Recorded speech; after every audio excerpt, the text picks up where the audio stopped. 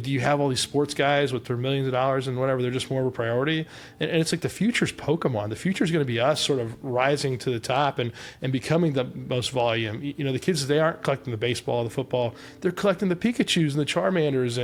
And when I was there, I just, like, there were literally 2 different days. I found myself getting a little angry, and I noticed that. And I had a friend with me. He said, "Zach, like, why are you angry right now?" It's like, "What's going on? Something changed." And I was just like, why can't this be easier? Why am I going through the corporate red tape?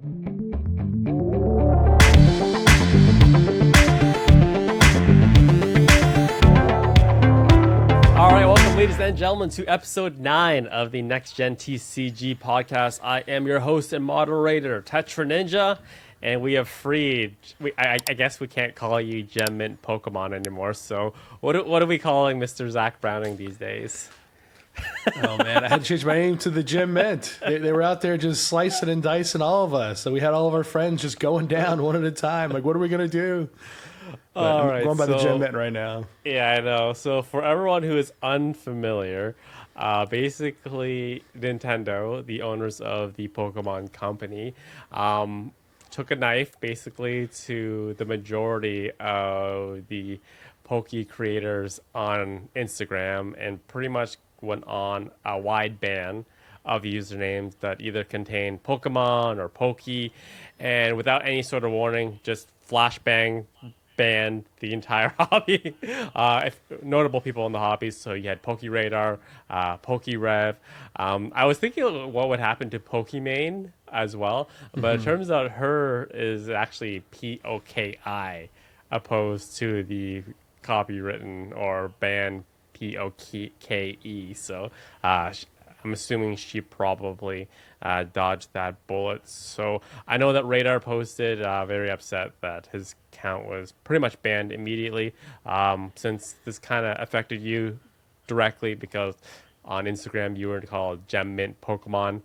You want to talk about like just your overall feels, then I'll kind of go into my experience with Nintendo as a whole in terms of copyright, as well as just my experience on like the creator side. Well, they banned Poke Chloe as well and Poke Dean, and I'm pretty sure Chloe used an I. So it's like it was just a ban sort of across the board. And I remember one of our friends, David, was basically like, "All right, this is all. I don't know what's going on, but until they banned PokeRev, like this isn't going to be a big deal." And then like an hour or so later, he comes on the story. He's like, "They just banned PokeRev. Oh my gosh! Like change your names." So once Radar went down, I was like, "Oh, this is not good." I remember I called you in the middle of the day, and I was like, "Dude, I need help. Like, please, what do we do?" And so Charlie was with me, and he was like, "Just go with the Gem Mint, because you think Gem Mint cards, Gem Mint collectibles. Well, they're all taken. All the names are taken."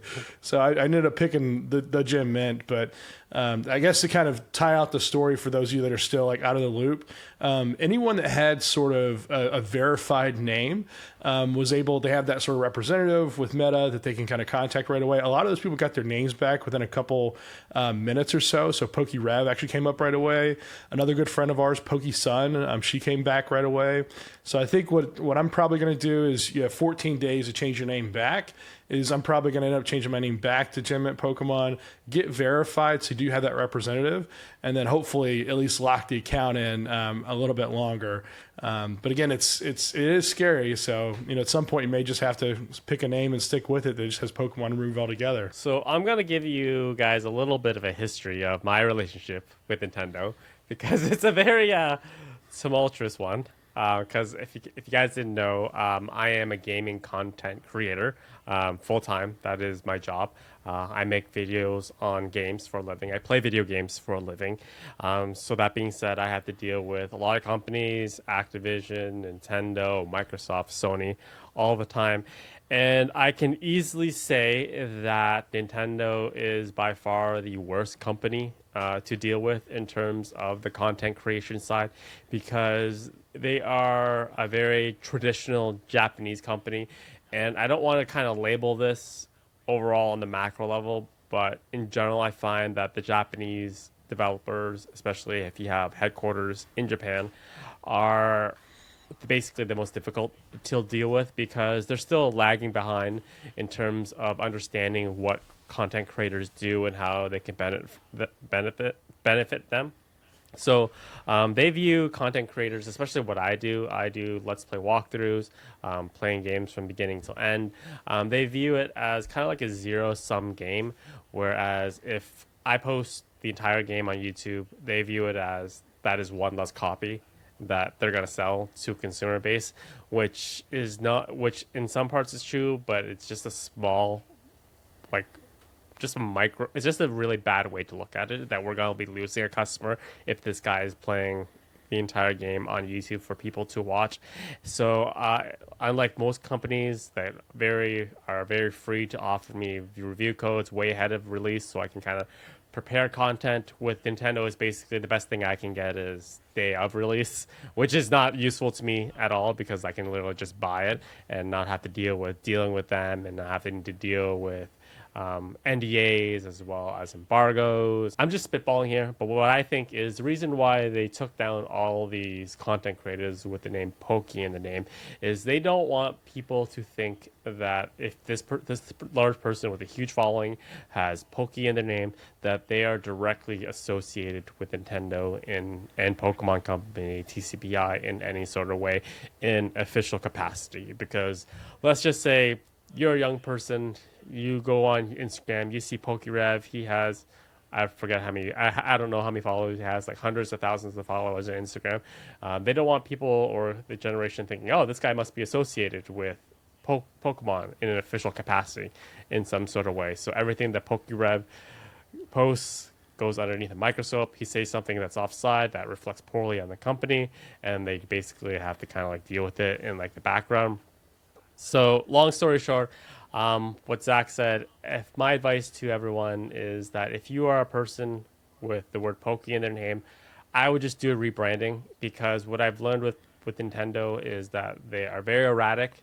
They will do stuff without any sort of warning whatsoever, and they will just kind of like do something, and then it's opposed to like thinking about the consequences beforehand, they will just do something and think of the consequences and deal with the consequences after.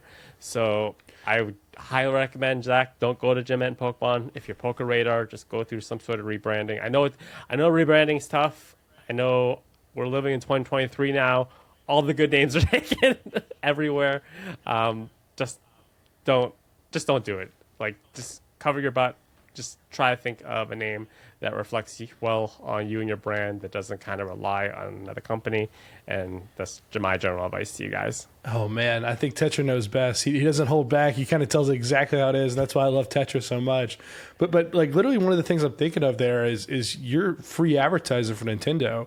You have tens of thousands of people that may never play the game or buy the game, watch you and go buy the game. So I get your idea of, it's one less game they sell, but to me it's like, why not more power to you? Why not just like that? Just, it seems so backwards to me, and I'm sorry you've had to go through all that. And obviously you love playing games from Nintendo and you suck through it, but that's crazy, man.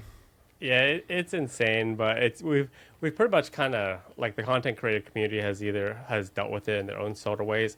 I know channels that are much larger than me that just no longer play Nintendo games because they don't want to risk having to deal with that company again.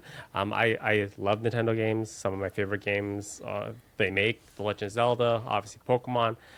So I kind of risk it for the biscuit every single time I play one of the games. But it is what it is, and that's basically where we stand with Nintendo. Just cover your butts and just pray if you just be prepared if you plan to keep Pokey. And the next game I always like to play is Where in the World is Zach Browning, because Zach just got back from the Nashville in Chicago. But as per usual, he's traveling a lot within the next couple weeks. So tell everyone where you're going now. When you guys watch this, hopefully as soon as it comes out, I'll be in Japan, which will be insane because I've never actually been into the country before. I've connected in Japan, but I've never actually gone through the streets and explored the culture, the atmosphere, and everything. I'm going to go to Hiroshima first, kind of get a sense for the environment, the aura, kind of just take in the culture, and then I'm going to go to Osaka. So when you guys watch this, I'll be in Osaka, roaming the streets, making Pokemon deals, meeting a lot of old friends that I haven't talked to in person for the first time, and hopefully having some cool stories to bring to you guys next week. The vibes, right? I personally myself have never been into, like you, I've done a layover at Narita Airport because that's usually the layover that I need to take when I go to Vietnam. I've been to Vietnam, I think, 3 or 4 times. Unfortunately, in most cases, those are when family members are about to pass. So I have never had a good trip, like just like a trip to Vietnam, just to have fun, basically. But Narita Airport's the best airport sushi that I've ever had in my entire life, as you would expect. But that definitely is a bucket list location that myself and the wife want to go to eventually. I hope you have a ton of fun. Can't wait for all the stories you bring back, and I want to live vicariously through you when you're there. Basically, secretly, Zach has some pre-made deals to pick up 5 illustrators while he's in Japan. I wish, man. This pop is going to get to like 100, and people are going to be like, okay, there's not 100 illustrators. Like, what's going on? That's like literally the fear. Those are the questions that are coming out now. It's like, all right, that illustrator pop's getting up there, man. How many of these are regrades versus just changing hands? So, no, if I could find one illustrator there, I'd be stoked. But chances are they're going to want like $1 million or something for it. You like that type of thing. That deal will not close in one day. That's something we've talked about this before. But like, if you're going to Japan to buy like high-end items, you basically should have started that conversation like a year ago, and be prepared to either pay cash or just one swipe with the credit card, because they do not take PayPal. They do not break things into multiple credit cards, and you may actually also have to go out for dinner with the owner of the card as well, and take them out for a nice time, because that is the Japanese way of doing business. But anyways, let's move into market trends. There's a lot of stuff that we want to talk about. So just monitoring the CGC 10 debate versus PSA 10 debate and the transition to the new grading system. We mentioned the T17 Neo Genesis First Edition Blastoise, not Blastoise, it's complete opposite of Blastoise, Typhlosion, that was relisted a couple weeks ago. I think when it first went up for auction, no reserve, it finished off at 6,500. It did not get paid for. It was relisted with a reserve auction, and basically the reserve auction had one bidder on it, so it just finished just under $5 short of 6,000. Zach mentioned last week or a couple weeks ago that reserve auctions just absolutely kill auctions. So you want to just kind of talk about how you feel of the price of a CGC 10 at 6,000. I mean, I still think it's pretty strong for kind of where everything was at. I think it's coming down a lot, but kind of back to where it was pre sort of the change, but it's still a premium. It's still going up. I actually have some personal interest in this price. Again, this is the Gem Mint price, not the pristine price. One of my good friends, a coworker, graded some cards for me. He actually got one of the CGC 10 Gem Mints, and so he's like, all right, where should it be at? And he saw some auctions at 6,800. He was like, oh my gosh, like this is crazy. This is good. Because again, the PSA 9, there's a couple auctions weeks ago that are at 1,500 to 2K. And so when you look at that price difference of like a CGC 10, a lot of times if it's just the Gem Mint, it's probably, in my opinion, not like a PSA 10. That's what a lot of people are sort of like suggesting in the market when it comes to final price. Because the PSA 10 would be, 50K plus in my opinion. And so when you get that Gem Mint price, you're saying there's some gap between the PSA 9 and the PSA 10 where it should be at. And it's kind of going back to where it was sort of pre-label change. So if this stabilizes in that 6K range, what it tells me is a lot of the new CGC 10 labels will have a slight bump, but how much further do they grow long term? I'm not entirely sure. Other cards, I think, tell a different story. Like the Lugia had a really strong showing. The Shadowless Zard from a couple weeks ago had a really strong showing. I know more of those are coming to market. And so whether they continue to price strong, whether they continue to kind of restabilize to sort of label change prices, that'll be a huge market indicator on where you think your cards may price if you are crossing some over. And if it's worth the $5 to get that relabel. Short answer is yes. It is worth the $5. It's always worth the $5. It's worth the $5. Just give up your Starbucks for that one day and get that case changed, right? Yeah, well, I think a lot of people, it's a question of not just one card. They have like 50 cards or 25 cards, and it's like, so when PSA made the label change for base set 1999-2000, kind of like that UK Australian run, and I had to get everything recased, I basically said, I don't want to pay a couple $1,000 just to have a label change. I already know the cards I have. They're already in my collection. They're not going to change. I'm happy with the way they are. I don't want to just pay a fee. And so it does resonate a little bit from some degree, but with the CGC piece, the label change, the grading scale is a little different. Like there's more value to gain by changing it versus just having someone kind of change the verbiage or something. So the grading companies are constantly making these adjustments.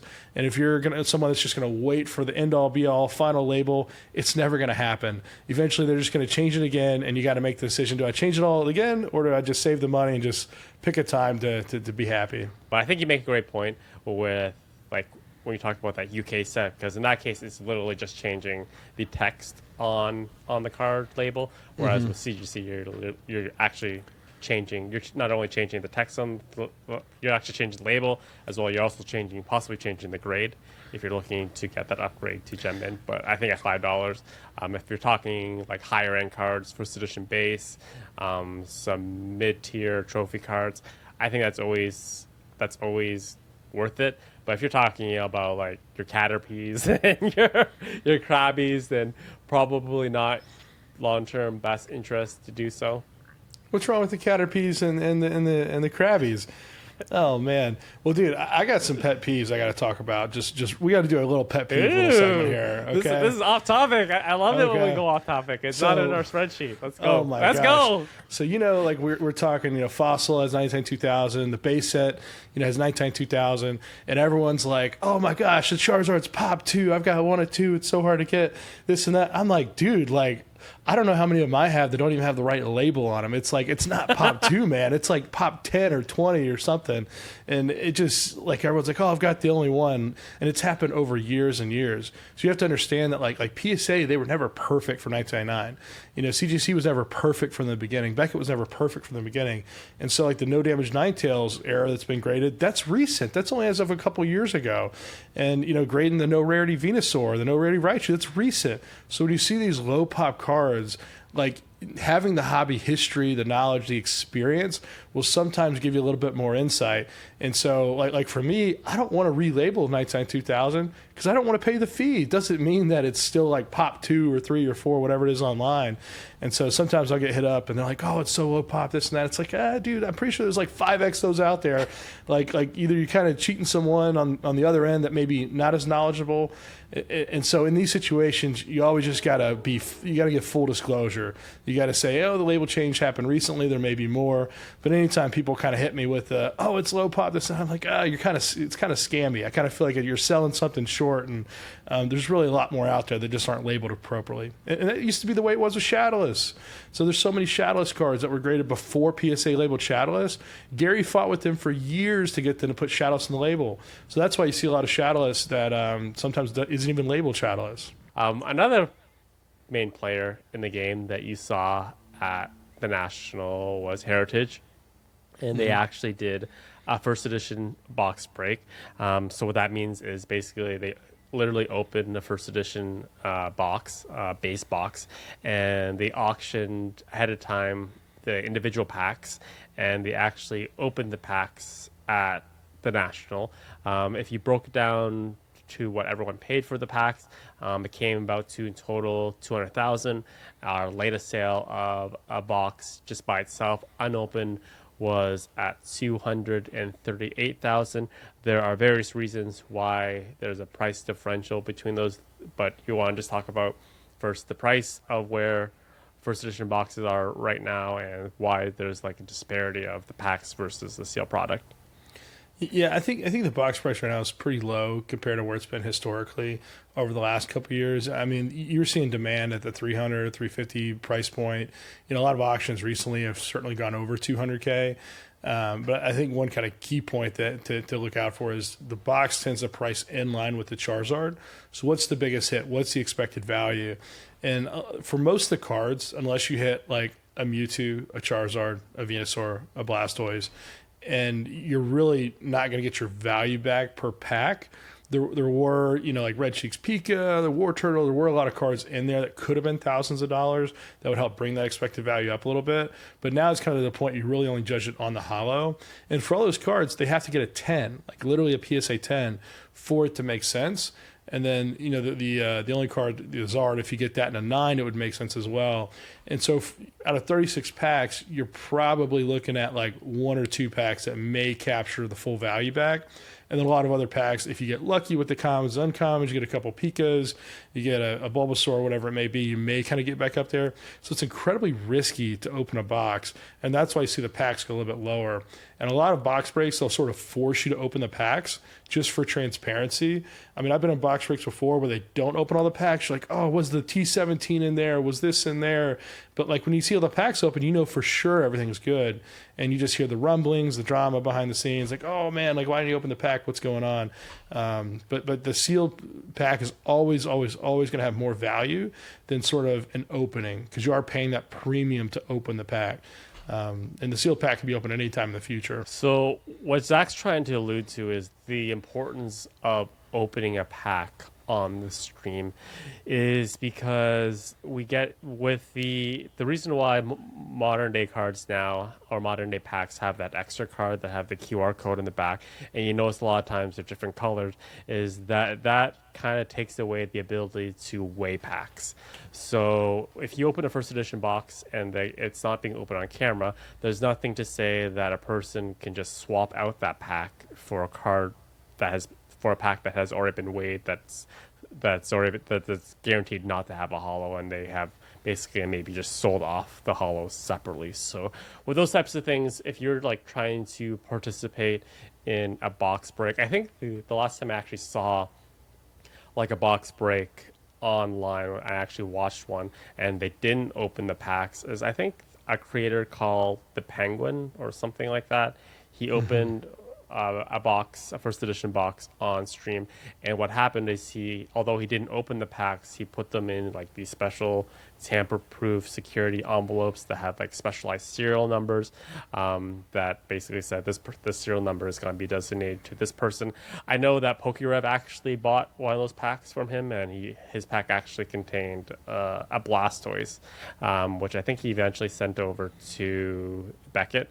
I ended up getting like a 9.5, I think, so pretty high grade. So there are obviously pros and cons of opening a box, because the pros is if you are a person who has the box, when you break a box, you are basically opening the market to a much bigger audience, because there are not a lot of people who are willing to have the capital to pay $230,000 to $250,000 for a box, but you have a ton more of a market who are people who are willing to pay about $5,000, around that range for a first edition box. But at the same time, though, the market as well as the inventory of sealed product that doesn't go up. The amount of sealed product on the market is just a number that's constantly going down. So you kind of want to weigh, do you want to be that person who kind of takes the risk of opening a box and selling it for less, or do you need that capital like right away, that you need that money right away to maybe like rotate capital and invest in other things in the hobby as well? Well, I think when you open the box, you remove the risk of a reseal, and there's been so many first edition base boxes that have been resealed over the years. There was a scandal of the kind of the people in Europe that made like 300 of them, that sort of put them on the market here and there, and a lot of people over the years have sort of hit those. And they have some tell signs that you can watch out for. Like they don't have all the perforations on the top sort of seal. So I don't want to do too much educating on how to make the perfect fake first set box. But lo and behold, if you do open it, that cash is transacted, it's back and forth. You know exactly what you're going to get. It may be a little less, but getting cash today is obviously great. But Rusty had a box a couple years ago. I held it. He held it. It looked pretty good. I mean, literally, if you have a legitimate box and you just have the saran wrap over and it's clean, I mean, you're really only faking the saran. You're only faking kind of the seal around, which isn't terribly difficult to do. And so he opened it up, it was fake, and then he lost out all that money because it was a couple of years sort of that passed. And so if you think about that, if you sell a sealed box, someone else has it, and they open it up a year later and it's fake, you now owe that money back. And I mean, how many people are going to keep $200K liquid? I mean, it's a risk you have to take. And so I love the idea of I think all boxes are meant to be open. I think all packs are meant to be enjoyed. I think it's okay to have a sealed collection and build on it, but there is going to be risk, and I think that risk is what pushes some of the prices down for what sealed product could be. If Pokemon, had the sticker on the top and this and that, and there are ways that you knew every box was like legitimate, I think you would actually see much stronger box prices. Probably 25 to 40% would be my guess. But the risk of fakes, it continues to happen. Like even this year, I've heard of a number of fakes that have been open. You just have to be cautious about it.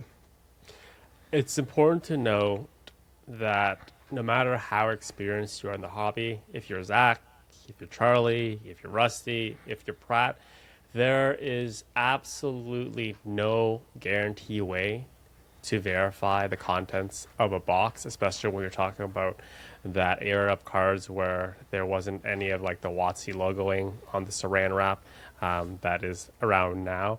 There is no one in the world who can 100% guarantee and verify a box for you. That's just the honest truth of their telltale signs of obviously I don't want to go into like details because I don't want to like this be like a continuous thing of like the saran wrap and how it should feel and how it should look. But there's no one in the world that can 100% guarantee you that a box is legitimate. So when you do see a box and people send me pictures, I really don't like trying to verify a box through pictures. You have to have that look, the touch, the feel.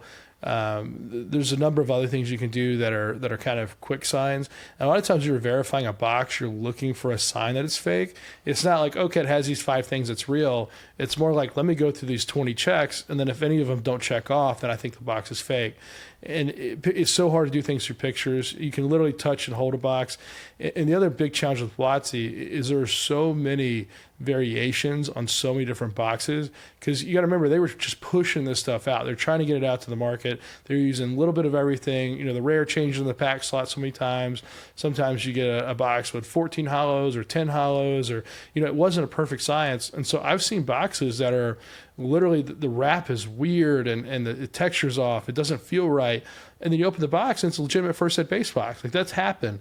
And, Nick Pokeref told me a good story that happened years ago. And so it's like, there's always the exceptions that sort of make it open, and it's not like a perfect science. So you have to factor that risk in if you're going to buy a box from anyone in this hobby.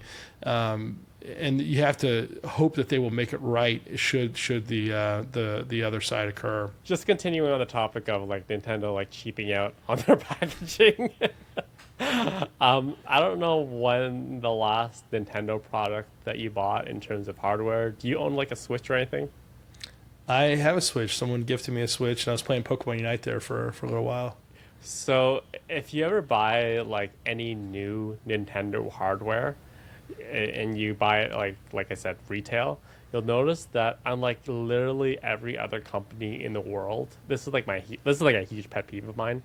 They do not seal their boxes in any sort of way, like with a cardboard. There's like no seal, like piece of like a tape or anything. It's literally just open it right there. It's like, so I was like trying to sell. I think I had like a couple of extra Nintendo Switches on hand a couple years ago, and I was trying to sell them on like a Craigslist or like Kijiji or something.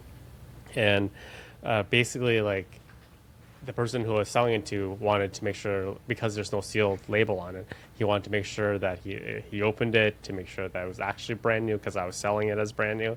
And it made things extremely difficult to sell it as brand new if there's really no way to verify it's new, because he said that he had issues in the past where he tried to buy something new and the person just did a really good job of repackaging everything and cleaned it up really nice.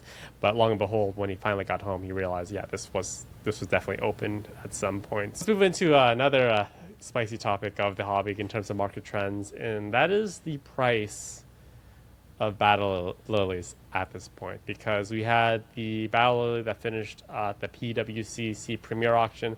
Final price with buyer's premium 108K.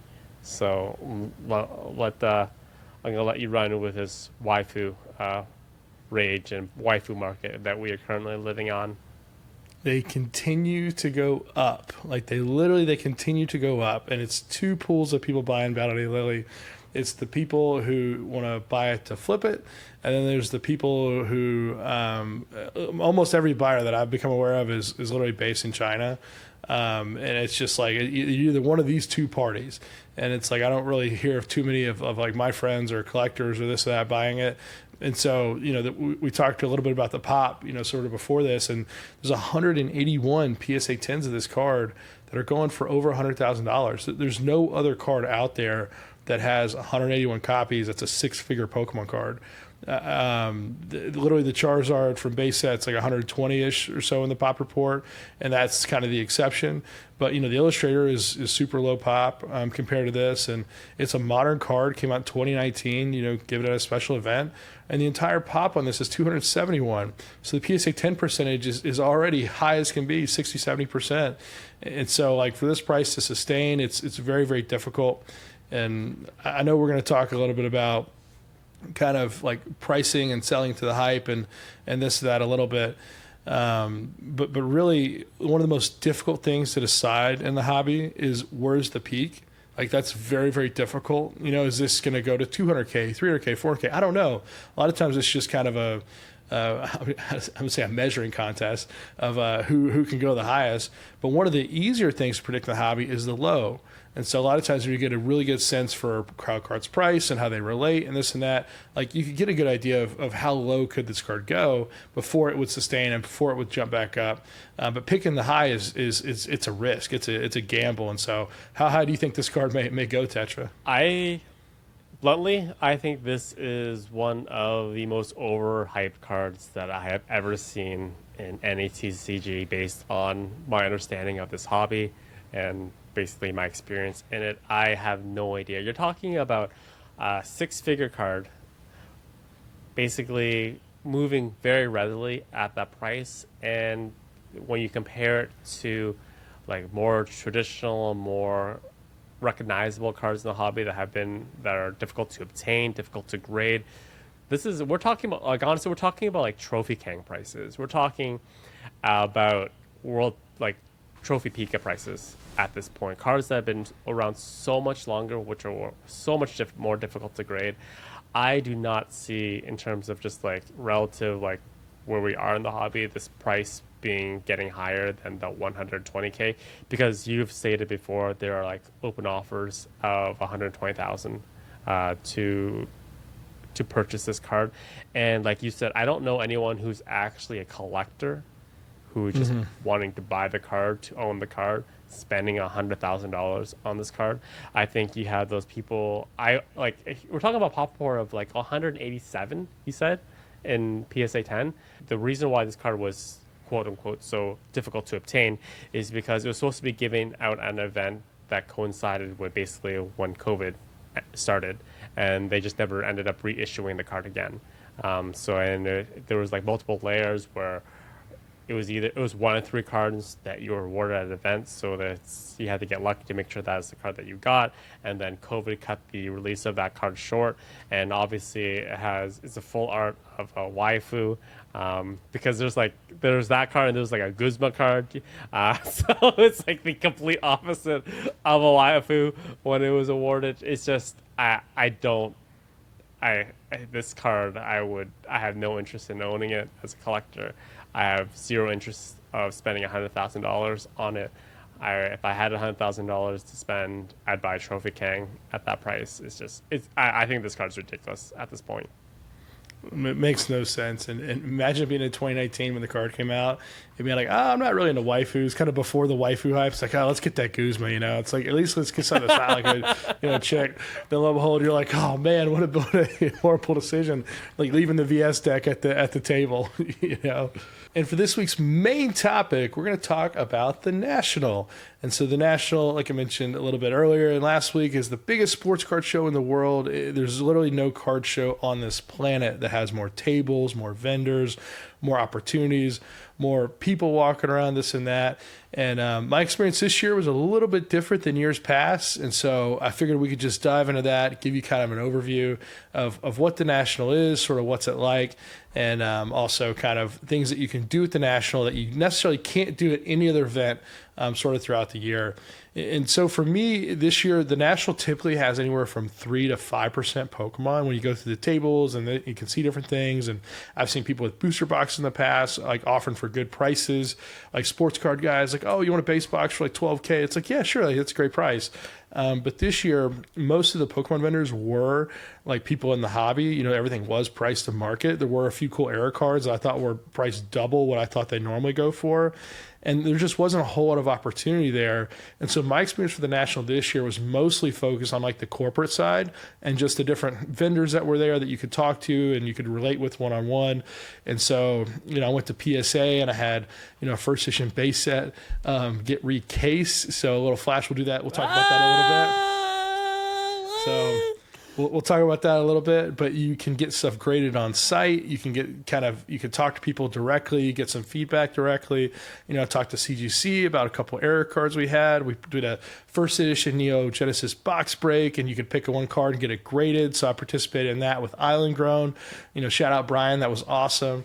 And then, you know, there are other vendors there like Tag. You know, it's an up-and-coming grading company that I'd never really been aware of or talked about. And they've been around 10 years, and they had a big booth at the National. And, like, they were kind of showing a little bit this and that, and they kind of have an alternative approach to grading. And so you get to really see these people in person, and it's different from scrolling on an Instagram account or seeing a website or going through a submission form or this or that. Like, you get to feel it. You get to experience it. You can plan things to do. You can do deals. And, you know, I know this is a sort of a TCG related thing, but I do collect some sports cards. And I found a card that I've been looking for a while. You know, it's a Lamar Jackson, you know, booklet, you know, signed. It's a rookie card. So this is a card that I would have loved to pick up, and I thought it was going for around half of what I valued at. And so it was like a deal that we were able to make sort of there. And that deals like that only happen at the National. You'll never see more high-end cards in one place than anywhere else. I saw more like Mickey Mantle's, more, you know, Wayne Gretzky's, Michael Jordan, you know, Rick Probstein. He brought, I think, 25 or 30 PSA 10 Michael Jordans, which were $800,000 each. $800,000 each at the hype, maybe like $200K right now, and he tried to get them all across to Beckett for one pristine 10. So like literally 30 PSA 10s for one Beckett pristine 10, and they denied every one of them. So I'll let you cut in here. That's such a man Fail. You could give me. I guess there's a big reason why they just can't hand pristine tens over. But dude, that's so heartbreaking to hear, because from my point of view, I view it as more of just like a collector's thing. Obviously, Rick runs a business, so his is more of a business side. I just like, if you told me that you submitted 30 Zards to Beckett, PSA 10 Zards to Beckett, and you did not get one pristine 10, I would just like feel for you. But that's just the collector connection that we have. But as a business, there's obviously other reasons why that can't happen. So you kind of showcased the recasing. Overall, how did the recasing go, the experience of your first edition base set? It wasn't my favorite experience, and I feel like I have a great relationship with PSA. And, let's go! Give me the tea. I need the tea. There were a couple times there that I felt like I was just getting a little frustrated. I spent a lot of time, you know, at the PSA booth, just kind of trying to talk to different people, this and that. And I wasn't at the show the whole week, so the show, you know, goes through Sunday. And I was just trying to get some sort of assurance that if I submit this, that I can get it back and that I can sort of bring it with me. And it took me a while to get there. One sort of key component is, you know, you always have people you work with or talk with. A lot of those people actually weren't at the National. And so, you know, when I was at the PSA booth, I didn't necessarily know a whole lot of different people. And my fear is, you know, going to Japan for 3 weeks, like, I don't want this to get shipped in the mail. I brought it in person to take it home in person. So long story short, it actually took a couple days to actually figure out what I need to figure out. I almost didn't get it recased. Like, I probably dropped it off like the hour that they were going to cut it off for all this stuff, and I had to get some special help to make that happen. But lo and behold, they got everything recased. Everything went well. I paid full market price and everything, so I got no special deals, no special anything. But I just didn't want to have, you know, my baby sitting in the mailbox. So yeah, And the reason I got this recase, and I'll show you guys a video of kind of what it looked like before, but you always have the things you're protective of, and you don't want to start. You're like, oh, it's still a nice card. This card actually had a hair in the PSA case that like The new one, or the old one? The old one. The old one. Oh, okay. Yeah, literally there was like a little hair in there, and I was like, oh, what's going on? And I was worried the card was going to get damaged, or like there was something wrong with the card, or was it a hair, was it not a hair? But it was really, really small. You couldn't really see it. And then when it came back, it's obviously it's not there anymore. And I'm like, oh, she is beautiful. It is a PSA 10. It is, because you always had that fear that like, uh-oh, PSA is going to come back and say, oh, we accidentally damaged your Charizard. Do you want to pay out? And it just, I don't know, just looking at it now, it's like, yeah, you feel like you got a good copy. So I'm sorry, man. I'm sorry you had to go through that. That sounds like a completely stressful situation that I don't know how you did it. Especially since I live in Canada. Crossing the border is always an issue, but you like live in the U.S. And not having people who you're familiar with, especially when you're dealing with that high-end cards, it's just another layer. But it kind of gives you an idea of like what the general population would have to deal with as well. You shouldn't have to rely on the fact that you know people to get the service that you think is adequate. And I think you hit it 100% there, Tetra. One of my biggest things in the hobby is I want everyone to have the same experience. I want everyone to have the same access. I don't want any exclusivity sort of for any little piece here and there. Like if you're the small-time collector or the top honcho, the Garys or the, whoever it may be, like you should be able to walk into PSA and have the exact same experience no matter who you are. And so that's one of the things that really frustrated me sort of about this is that like it should have been a very seamless sort of transition. And I think PSA is the point where they're getting a little I don't want to say they're too big, but they're getting to the point where they're so big that corporate sort of the things you deal with normally in a corporate environment are sort of coming to play. You have to go through different hurdles. You have to follow the system. There's no exceptions on things. If they can't guarantee it, they can't guarantee it. You're kind of sort of putting this sort of red tape sort of scenarios constantly.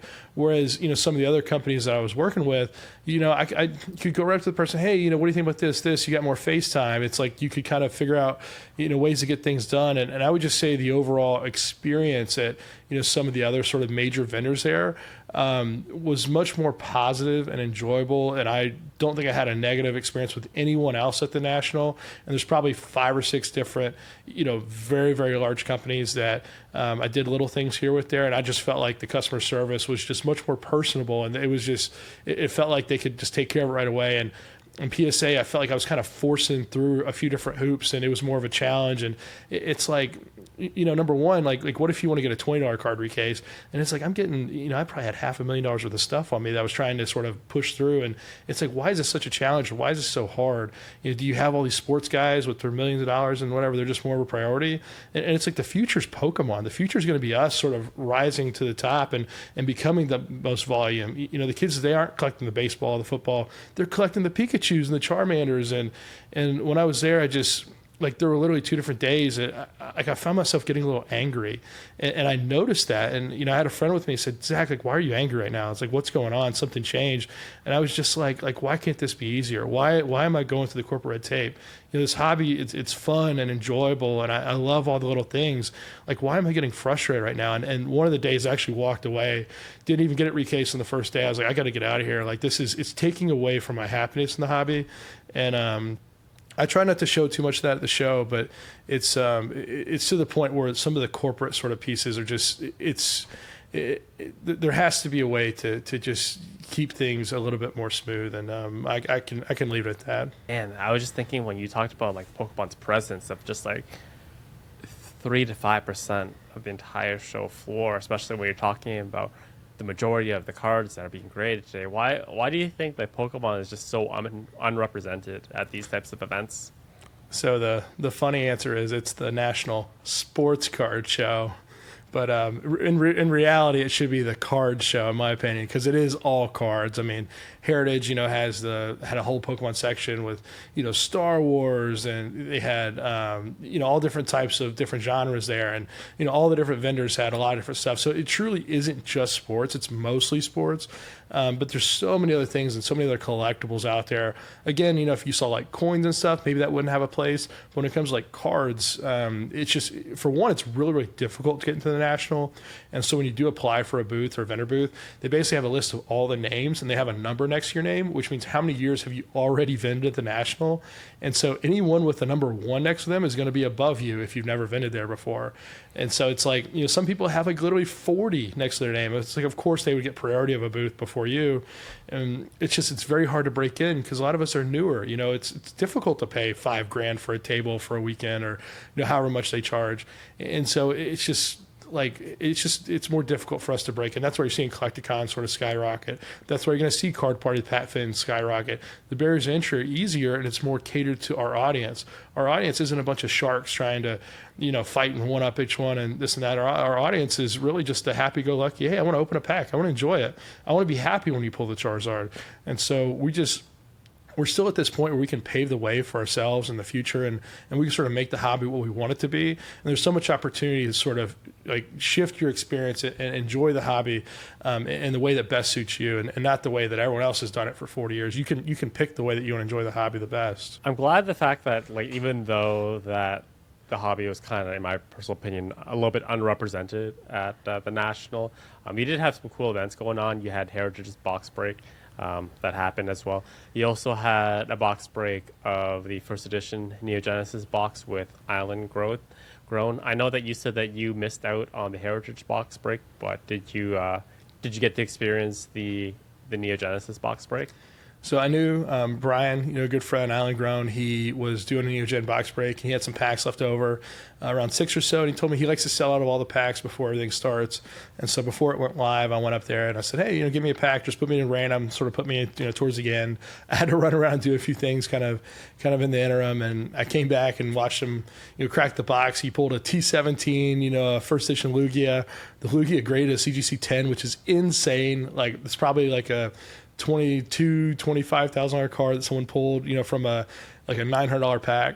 And so I opened the box, and I'll show you. Do you want to see my $900 card? It's pretty special. You want to see a $900 card? What could it be? Oh, Gem and Pokemon. It's Moo Moo Milk. Oh no! Yeah. So actually, that Moo Moo Milk was actually kind of difficult to get. I remember when I was trying to build. Moo Moo Milk was hard to get to complete my set of first edition Neo Genesis. There weren't a lot out there, and the amount was exorbitant. So what else you got there? The cool part about this card is it's got a little Cleffa there, but the artist on this is Yuka Mori. Which is kind of no, it's Kamiya. I'm so sorry, it is not Yuka Mori. I was thinking of Yuka Mori, but it's Kamiya. And so a lot of people don't realize, Kamiya is a very specific art style, this and that, and it doesn't feel like a traditional Kamiya artwork. But a lot of people, like Moo Moo Milk seems to be a recurring theme a lot of times. But you can pick any one card that you want to get graded, and all the cards I pulled had like corner necks and stuff. And it was like the one card I thought had a shot for like a good grade. And so I was like, all right, let's grade the Moo Moo. So someone pulled. So you said that someone pulled the Lugia and it got graded as a CGC10. Did the person who pulled the T17, did they get it graded? It was still being graded, and I think they pulled 2 T17s. I think literally one box, 2, and I never actually followed up with what the final grade was. So when you grade on site, it can't just happen like a minute. Like, you got to take it back there, and they got to figure out, grading isn't just one step. A lot of people are like, oh, just grade the card. It's one step. It's like you have to identify it, authenticate it. You have to grade it. You have to image it. You have to seal it. Like there's like a lot of steps. And PSA was at the booth. They were publicly saying they had 8 steps. So I don't mind sharing that because they were saying that pretty openly. Yeah, what is the price of a first edition Neo Genesis box now? Around 15, 20? Oh, no. It's like 30, 35 probably. 30 now. Okay. It's probably 30. I mean, it's got the starters, it's got the T17, it's got the Lugia. You think about what those cards could be in a 10. Again, don't think you're going to open the box and grade a 10. Like, you could pull all those cards, and it's hard to get. And again, the Lugia wasn't pristine 10, it was Gem Mint 10. So you got to keep in mind there are different levels of kind of quality. But pulling a Lugia and 2 T17, that's a fat box. That's a fat box. That's a fat box, right? So they definitely made. He probably made his money back. The people who bought the packs. I guess he didn't make his money back because he didn't get to keep the cards. But if he would have opened the box and kept all the cards, he would have made his money back. People that got the hits, but again, when you pay the money, you're hoping, oh, if I get a T17, it's at least 6K, or it could be 50K if you get a really, really good copy. But the chances of getting a good copy are very low. Because think about how many T17s have been pulled over the years. Hundreds of thousands. How many are hitting that gem at grade? Not very many. You kind of touched on some things that you bought at the National. You bought that football card, then you also bought a couple of packs that were opened up. You had your card suitcase. Was there anything else like not tied into Collector's Corner that we're going to get into a little bit later that you want to share in terms of your wheelings and dealings and stuff that you did at the National? Yeah, I'll show you guys quickly kind of a few cards. So I got the Prefable here. If you look at the stamp, it the P's a little like hidden a little bit, I guess you could say. It's kind of like not a full stamp. That was cool. I got this Deoxys I thought was really cool. It has like the 3 attacks on it. It was only like $30, but still like it's just that was a cool card. I got an Aerodactyl where like the background of the card, like the green is sort of on the front of the holo, and so it's kind of a different like variant that people collect. And I know some people are not gonna like MetaZoo, but I got a MetaZoo signed Wendigo. I got the old Scratch, signed, and then also got the Uncle Sam kind of signed by Victor Larson. All right, so moving on to Collector's Corner, my favorite segment of the entire podcast, where we get to show off some of the stuff that is in our personal collection. I actually bought a couple cool cards on eBay this past week that are in transit to the vault system of PWCC. So when that comes in, I do want to share it with you guys because it's pretty cool. But we talked about like selling into the hype a bit earlier, Japanese markets. So I'm going to give you like the quintessential selling into the hype card, and that I've owned for a while now. A card that we've all basically have seen on PWCC auctions for pretty much the last 6 months, and that is the 2016 Battle Festa card, 20th edition stamp, sitting around like 10 grand right now, I think. One of 4 cards in this series. This is by far the most valuable one of all 4 of them. Such iconic artwork, although there aren't any official Battle Festa cards anymore. They've kind of like replicated like the spirit of the card with kind of like the Pikachu in the center, and then like whatever event they're kind of promoting for that year. But there's just so much going on in this card. This kind of reminds me of like the San Francisco Worlds card that came out with like the all three starters plus the Pikachu. It honestly doesn't get any better than that when you have 4 Pokemon on the cards. I remember when like Tag Team came out, people were talking about, oh, there's two Pokemon on the cards now. That's pretty cool.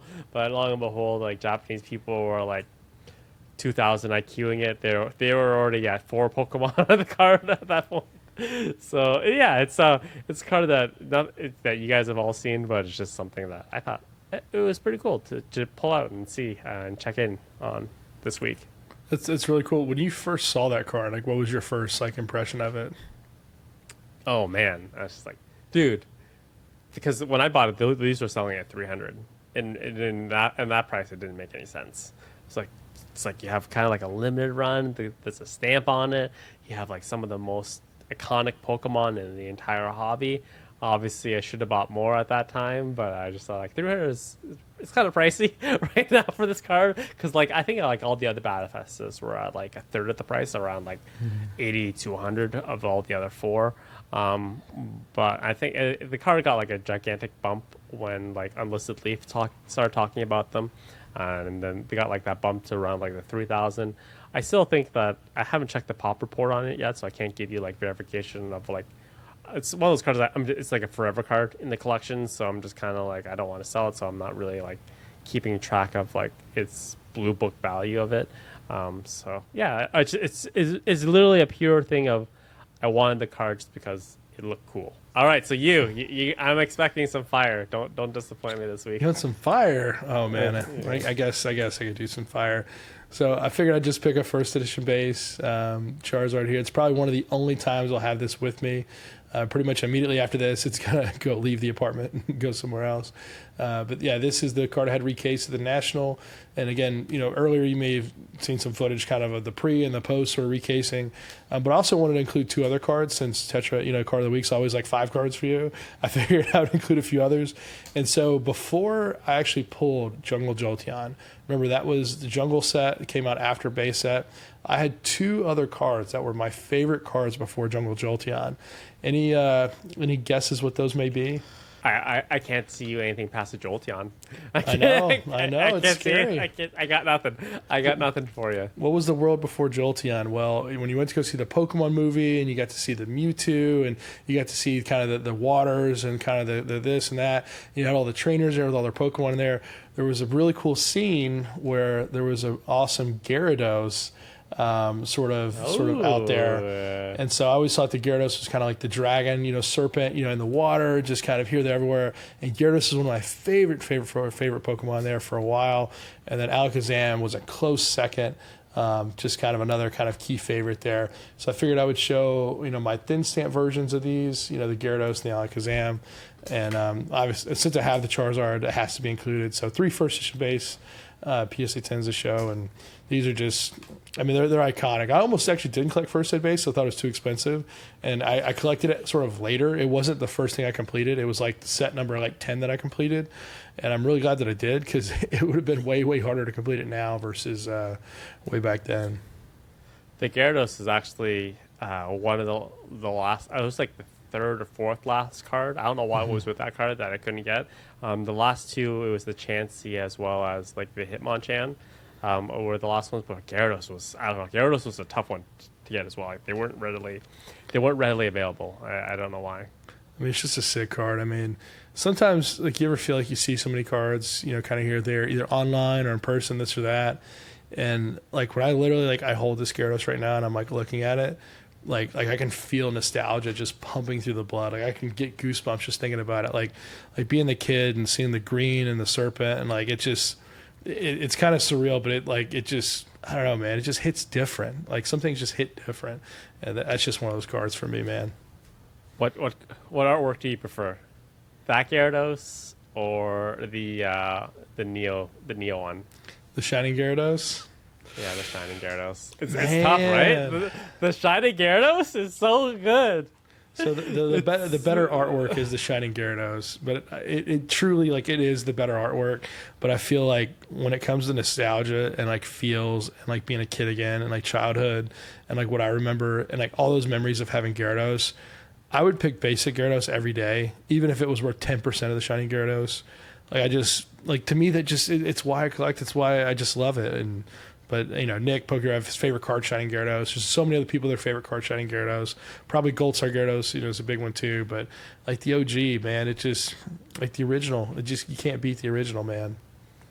I hear you. Those nostalgic vibes, man, like you said, they definitely hit different. But before we move on, I just want, did you grade that Charizard? Or did you, or did you buy it already graded? I haven't graded any first edition base Charizard 10s myself. Most of them, when you see them, if you see a cert like this, that basically, an older cert, basically it probably means Gary graded it. It was from one of Gary's boxes. And so that it truly is like what that means. And Gary, when he opened the boxes, he just sent the best ones. He didn't even send the 9s initially. He just sent literally only the 10s. And so you kind of get this mix of some of those are just really, really strong cards.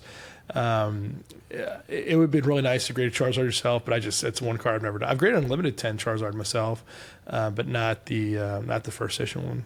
All right, let's go into the next segment here. It's going to be Ask Nick and Zach. This is the viewer question segment. So if you have any questions for us, feel free to drop them down in the comment section below. And drop them early, because again, we don't record. We record a couple days sort of before this is posted to give Tetra time to do his magic. And so if you drop a question on as soon as you see it, chances are it could be included in next week's podcast. So first question is from Richie to Rich. Clove, a Japanese card shop, just released pictures of their own slab and grading service with a huge footprint in the Japanese market. Do you see them moving into the grading space as a possible future market manipulation and bubble? So before you get started, so I said Zach to prepare for your questions, I sent Zach like a picture, which we'll post as well, of like what the car, what the labels look like, and I really wish I was recording his reaction because it was absolutely priceless. Because it was so good. Anyways, I'll let you go first. Yeah, and a bubble ready to pop in the Japanese market. So I'll show you real quick. I haven't looked at it like an hour and a half. I'll click on it and I'll tell you what I think. Oh my gosh, like it just. Yeah, I mean, like first when I see this label, like I get like the Japanese like national colors, the red and the white. But to me, the purpose of a label is literally to like give some information on the card, and then you want to focus on the card. You actually want to look at kind of like the actual card itself. And I feel like the label just takes up too much of the space above, and it just, I don't know, man. Like I guess the PSA label is similar when you look at it a little bit, but it just I get the whole kind of traditional Japanese approach to it. But it just, oh man, it's a lot of wasted space. It literally like takes away from the card. You want to look at the card and kind of get the information at the top. I'm just not the biggest fan of the label, man. I'm sorry. We're getting like Blue Label CGC vibes, when you first see it. So let's just talk about emerging market. So for the longest time in the hobby, like Japan wasn't really into graded cards. They kind of actually were opposed to graded cards because first off, they don't like because there's no PSA at this moment located in Japan.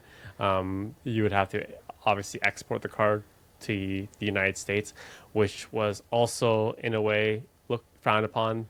Japanese collectors don't like the idea of Japanese cards leaving their market for various reasons, kind of steeped in a little bit of Japanese bias. So and maybe that kind of played into the part of it. So the solution, bring it in-house and kind of do it in-country. What are your thoughts of this homegrown approach to grading? I think there's a lot of places that have allegiance, like national, sort of allegiance to themselves. I've seen that in France. I've seen that in the Netherlands. You see that a little bit in the UK. You see it in Germany.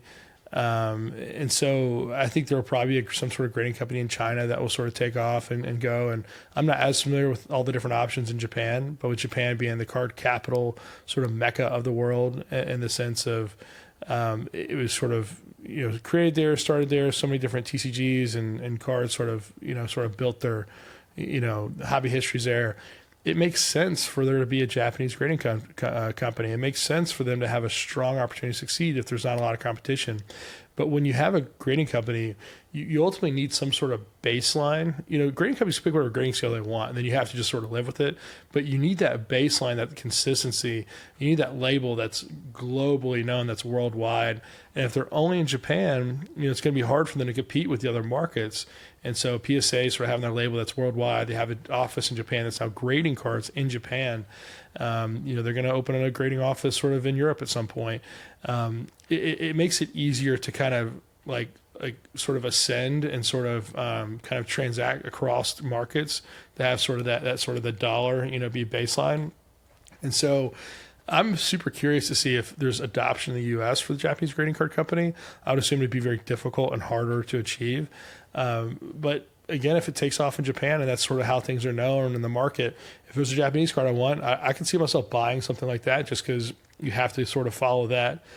You have to, buy what's available. But as far as it being globally accepted and breaking those barriers, I think that'll be very, very difficult for them. And that's what I've seen sort of in the other sort of grading card companies. That they're great with where they're at, but we try to sort of break beyond that. It's very difficult to kind of hit that global presence like Beckett and PSA. Dr. Mint collects. What other TCGs? Weiss Schwartz, Yu-Gi-Oh, MetaZoo do you guys collect? Do you have a second place favorite card behind Pokemon? Ooh, man, what's the favorite card you have that's not Pokemon? So I collected a little bit of Yu-Gi-Oh, just like very bare bones Yu-Gi-Oh, because I grew up playing some of the video games. So DDS, Dark Duel Stories, Duelist of the Roses, really old school Yu-Gi-Oh. I really was into the anime for a long time. I'm going to show you probably like the nerdiest thing that I ever own. Well, let me just get it for 1 second. This is like in the corner hanging in my office right now. This is like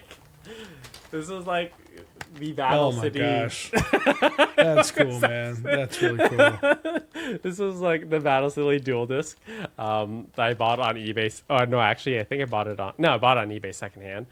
Because when it came out, I was like working at like a Target, the equivalent of a Target, basically, and I thought I was a bit too old for it, but I just thought, well, growing up, it makes a really cool collectible. So I owned almost. I'm missing the DDS Blue Eyes White Dragon, the most expensive one in the card. I'm a little bit in that set. I'm a little bit bearish on the price because there are rumblings like there's a huge stockpile, kind of like Pawn Star story, where like someone literally found a storage locker full of sealed DDS sets. I think the card when I was last looking at was sitting around like 10,000. I'm not gonna pay. I'm not gonna pay 10,000 for that card. I actually ended up buying one. I bought one copy, a PSA 10 version, at around 1,000. But what happened was when I received the card, it was a misgrade. Long story short, it was a misgrade. There was like a huge chunk of it missing in like the back on the like the top right hand corner, which the seller had used various Instagram angle methods of trying to like hide it basically, and then I just sent it back. The seller tried to like fight me a little bit, and then eBay with their Costco return policy basically stepped in and said, yeah, you're gonna give him his money back, and we're gonna take it back basically. So and then I never replaced it again. So that set probably will be forever incomplete. Got a couple of also like Game Boy, like the iconic cards, the legendary God cards, 2 sets of those just for fun because there's like a goal of like a silver version of that set. Had 2 sets of those, but other than that, no, it's just mostly just Pokemon. My favorite card that I own is probably the DDS. I don't have it on me right now, but it's the DDS Dark Magician of non-Pokemon that I got. But yeah, fun card. It's pretty cool. Something a lot of people may not know is when I was a child, when Yu-Gi-Oh came out, I actually started collecting Yu-Gi-Oh and sort of stopped collecting Pokemon. And I actually probably collected Yu-Gi-Oh longer than I did Pokemon as a kid. And so my favorite card in Yu-Gi-Oh was Jinzo. I ended up going over to Grandma's house and opened a box, pulled it, and it was just like one of the most surreal experiences. And so Jinzo, however you want to say it, what probably my Very favorite. powerful card. Sweet special ability, man. Automatically destroys all trap cards. That's awesome. Yeah, you'd pair it with a few different magic cards, and you were just stacked. You were just loaded up. Next question here from Mr. Guitar Freak 132. Do you have any theories on why the Japanese market recently spiked so severely, and can these prices really be sustained? That's a loaded question, man. Any thoughts, Tetra? So, one of the biggest reasons why the Japanese market has kind of like ballooned over the last year is that the market of China opened up, so for a while there, Chinese people were actually not allowed to import Pokemon cards because just kind of like how Pokemon Go was banned for a while in China, Pokemon in general was banned out of China. So importing the cards directly into China was really difficult. So now that things have kind of opened up, I think like more recently, like in terms of just like printing cards, like the Chinese market didn't open up recently until like the Sun and Moon era of allowing like the TCG in the countries. So that's probably, I would say, probably the biggest reason why. It's just that you literally have a country with the biggest population in the world emerging into the market. So that's my general theory on it. No, I agree. I think that a lot of people like to go back to the first of something, first at base, or kind of the first. And the Japanese sort of market, they are the first to release. They do come out before English. And I think that the Asian sort of influence on Pokemon as a whole, they've sort of shifted to the Japanese side. Now, why maybe that hasn't necessarily translated to Korea, or I think there's Thai cards as well, or just some other sort of cards out there is kind of interesting. But you do sort of see kind of people outside of Japan that are also sort of from that Asian influence are just going to Japanese cards. And so it's this tremendous pressure, and how sustainable it is, it kind of can't be, like, in my opinion. Like, it doesn't feel like it's sustainable at all from experience. But also, our experience is with mostly U.S. buyers. The Japanese sort of high-end market, I almost feel like they just got introduced to grading, or they just got introduced to kind of the values here and there. Because as recently as 3 to 4 years ago, Japanese collectors had cool cards, cool collections. Yeah, they priced high, but it's almost like recently they figured out that, if there's a quality element to it, and we throw like a number on it and throw it in a plastic case, like, it can just skyrocket. And so it's this. I feel like you almost have the Japanese sort of people as well too, that are sort of driving some of this value up, just kind of being more aware of things. Because a lot of the U.S. side, when people were making money on things, it was because it almost felt like the Japanese side wasn't aware, or they weren't sort of in the loop. And a lot of the middlemen, they take kind of a small fee here and there for things, but a lot of the middlemen aren't trying to like make $100 or make a big profit on things. They're just kind of performing a service. And a lot of them don't even really care about the items that are sort of moving hands. And now you have these people that say like, I can't have a better life. I can't have a bigger house. I can't take care of my kids. I can't send my kids to college through this. And so you just have all this pressure sort of from around that I think is just kind of pushing it up. Now, is it a house of cards? We'll see. Will it all come falling down? It's hard to say, but it just, what's happening so far just doesn't seem realistic, or it doesn't even seem like what's happened has actually happened, in my opinion. What I always find amazing in this hobby is how things just catch like wildfire. Like, it only takes like a handful of people. Like, you think like how big Pokemon is and just like how large the brand is. But when we talk about like this TCG and our hobby of collecting, there's just so many players involved. But like, to change the price of an item, just see like the spike or bump, it just takes like a couple people talking about the card. It just takes like a half a dozen of people with infinite amounts of money, money that like kind of like I like talk about, just like the Scrooge McDuck types of money that we're talking about. I don't see the Japanese market being sustainable. Like, it just takes a couple people just say, I have my 6th Battle Lily now. Do I really need a 7th one? Do I need another one to add to the collection? The answer is yes. Obviously, the answer is always yes for the Japanese market. But yeah, I'm with Zach. I think that the floor on Japanese is, and the rug underneath Japanese is going to be pulled within. It may not be within the next couple months, but I think within the next couple of years, I think we will see a little bit of a reset on that market. So what drives markets more? Is it greed or is it fear? And it's always, always, always fear. Once there's the fear out there, once the prices dip a little, Battle Lily comes to 80, do 10 hit the market right away, then they all go for 50?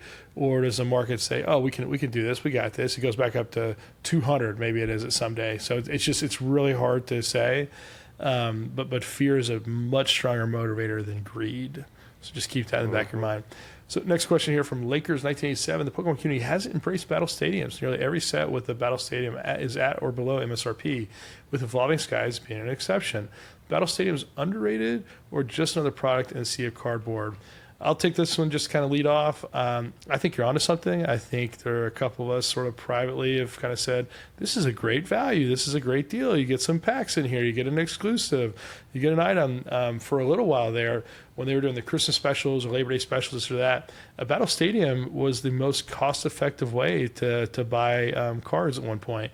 And so it's kind of like a less talked about sort of way to acquire sort of modern product that's not through a booster box or a pre-release kit or something like that. So I think a lot of people may see it and not necessarily understand what it is or know what it is.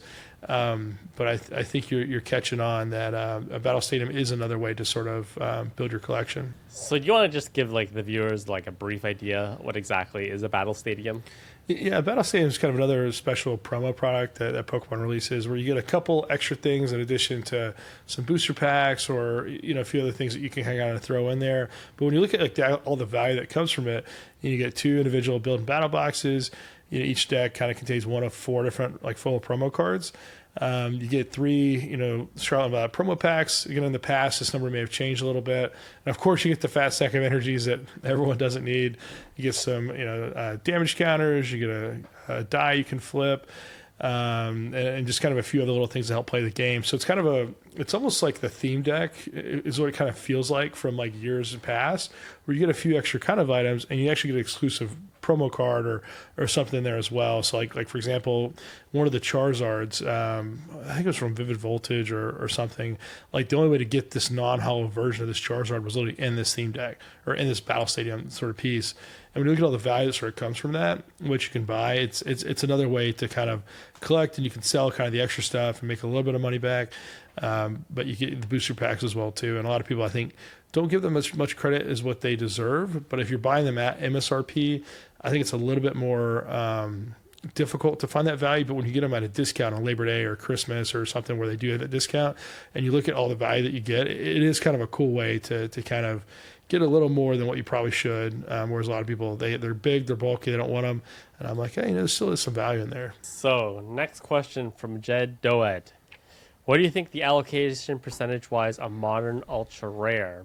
Your Mobrions, your Rayquaza Vs, and what do you think of the full amount printed is for each ultra rare estimate? And how much is this for the number in English versus Japanese? And I'm just going to plead ignorance here. I don't think that Nintendo will ever, or TCPI will ever release full, like, print numbers, like concrete print numbers for the public to be fully aware. We don't even have, like, in terms of like WotC, like official numbers of how much Jungle was printed, how much First Ed was printed, how much Unlimited was pasted. We can guess based on just kind of like our knowledge of the hobby, but those numbers aren't readily available to us. No, they're not. And so that's why, Pat Flynn at Card Party, when we did the Guinness Book World Record, pack opening where we had, thousands of packs being opened, these are just packs from booster boxes, packs from a case he passed out. He's like, you have to have that large enough sample size to really get a feel for it. So when you open a booster box, how many EXs are you pulling? Do you get a holo in every pack? Are you getting a secret rare, 1 per box, 2 per box? How often do you get a gold card? And so you literally have to find someone who's doing a mass pack opening to get that sort of feel.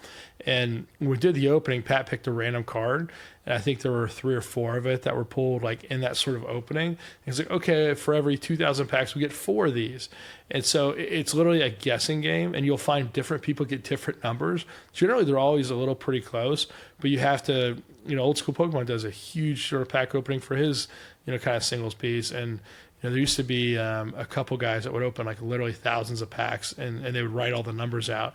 And to me, that's the only way to get a good estimate is let the set come out, let people kind of take their notes, and it does change. EX series sets, some make sets you get 2 per box, some you get 6 per box, and so we don't really necessarily know what's going to happen because Pokemon doesn't release all those numbers. We have to kind of do it by experience and tests. Just like I'm not exactly sure what like the spirit of the question is in terms of like if you're trying to decipher whether or not you should be opening product or buying large amounts of products to pull those specific hits of like your Mumbrions, your Rayquaza Vs.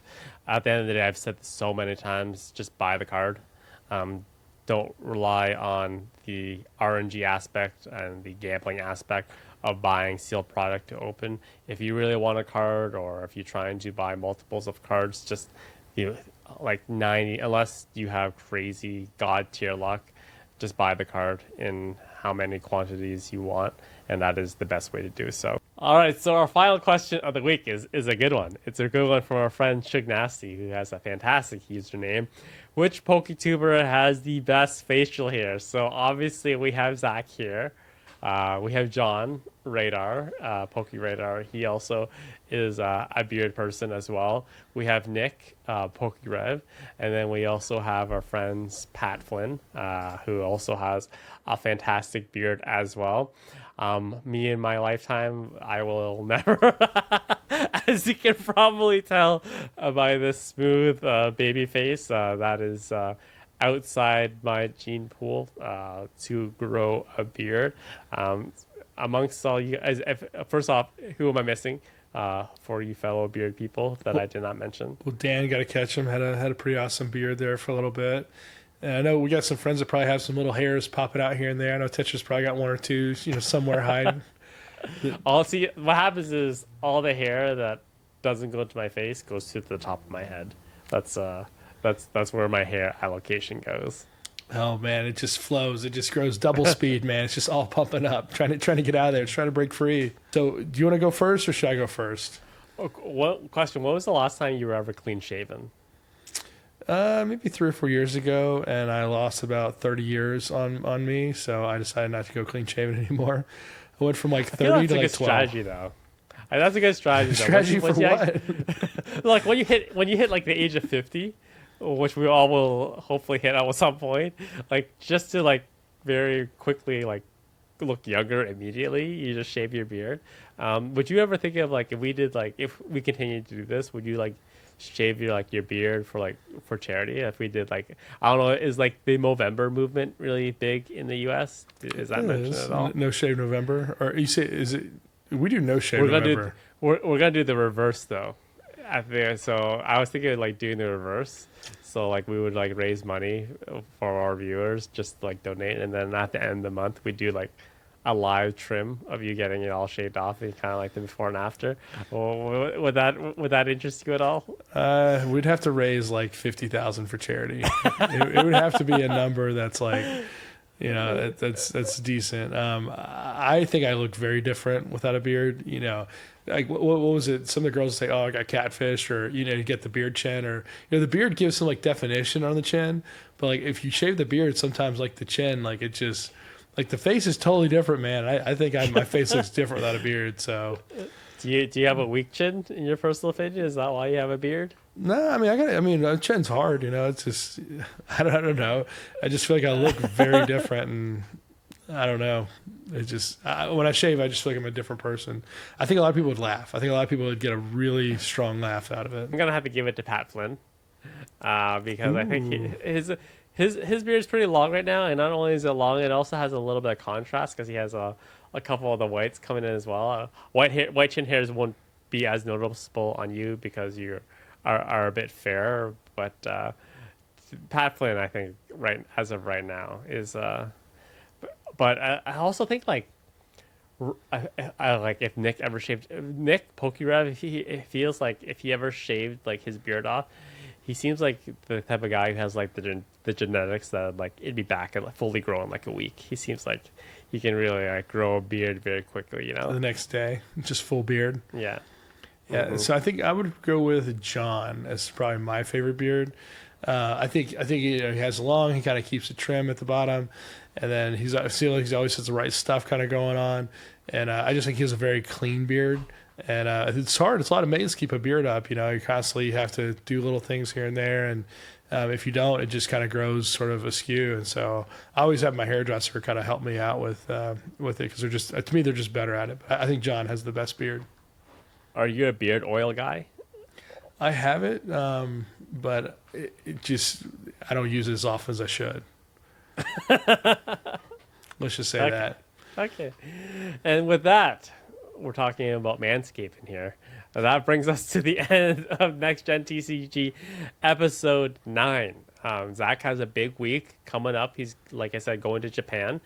So we're hoping that he brings us back a ton of cool footage if we can work out logistics of recording a podcast while he's in Japan. We're going to try, but if not, this is like a small percentage. There may not be a podcast next week just because Zach is literally on the other side of the world. We're going to try our best to make it happen. If we can't, we apologize in advance, and we will be back the following week. Thank you, everyone, for joining us this week, and we look forward to bringing you guys more content in the near future. We'll put a lot of questions down below, and then if we have trouble with the podcast, maybe I could do like a little like segment, and then Tetra could do a segment. We could blend them together. I'm always happy to ask your questions, and thank you guys for watching. Episode 9 in the books, baby. Let's go. I'll see you guys next week. Oh, those labels are nasty. I do not like those labels. Those are awful labels. They're very. It's very Japanese. I mean, You're just shaking your head. Okay, I'm gonna save all comments. Okay. Okay. I've got some words. This is, Zach has words. All right.